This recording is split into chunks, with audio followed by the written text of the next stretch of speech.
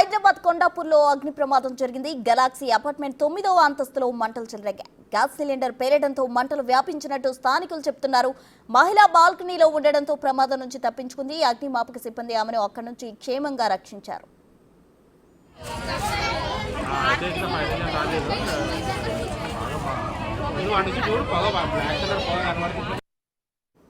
హైదరాబాద్ లోని కొండాపూర్లో అగ్ని ప్రమాదం చోటు చేసుకుంది. గెలాక్సీ అపార్ట్మెంట్ 9వ అంతస్తులో మంటలు చెలరేగాయి. పూర్తి వివరాలు అందించేందుకు మా ప్రతినిధి సురేష్ సిద్ధంగా ఉన్నారు. సురేష్,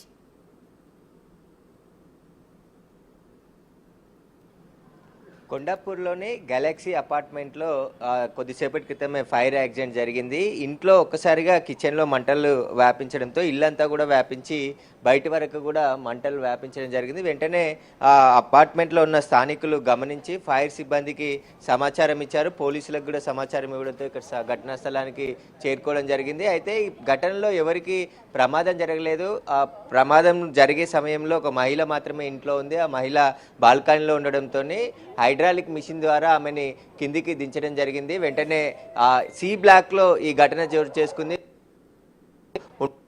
ఇంట్లో మొత్తం ఇల్లంతా కూడా అగ్నికి ఆహుతి అయిపోయింది. అక్కడ ఒకసారిగా పెద్ద చుట్టూ ఉన్న ఫ్లాట్స్ వాళ్ళ పొగలు వ్యాపించడంతో కొంచెం మిగతా వారందరినీ కూడా కిందికి రప్పించి వారికి ఫస్ట్ ఎయిడ్ కూడా చేసి ఇక్కడ నుంచి పక్కకు పంపించడం జరిగింది. సి బ్లాక్లో మనం ఏదైతే చూస్తున్నామో ఈ సి బ్లాక్లోనే ప్రమాదం చోటు చేసుకుంది. ప్రస్తుతం అపార్ట్మెంట్లో అంతా కూడా న్యూ ఇయర్ వేడుకలకు సిద్ధమవుతున్న తరుణంలో ఒక్కసారిగా సాయంత్రం సమయంలో ఇలాంటి ఘటన జరగడంతో ఒక్కసారి షాక్కు గురయ్యారు. మొత్తం అపార్ట్మెంట్ బ్లాక్ల వారు కూడా ఇక్కడికి వచ్చి ఏం జరిగింది తెలుసుకునే ప్రయత్నం చేస్తున్నారు. సి బ్లాక్లో 9వ అంతస్తులు ఉన్న వారందరినీ కూడా కిందికి దించివేయడం జరిగింది. సి బ్లాక్ ఉన్నటువంటి పవర్ సప్లై కూడా పూర్తిగా నిలిపివేశారు. ప్రస్తుతం అపార్ట్మెంట్లో 9, 8 అంతస్తుల్లో ఉన్న ఫ్యామిలీస్ అందరూ కూడా కిందికి రావడం జరిగింది. మనం చూడొచ్చు ప్రస్తుతం లోపల 3 ఫైర్ ఇంజన్లు ఇక్కడికి చేరుకొని మంటల్ని పూర్తిగా అదుపులోకి తీసుకొని రావడం జరిగింది. అసలు ప్రమాదం ఏ విధంగా జరిగింది?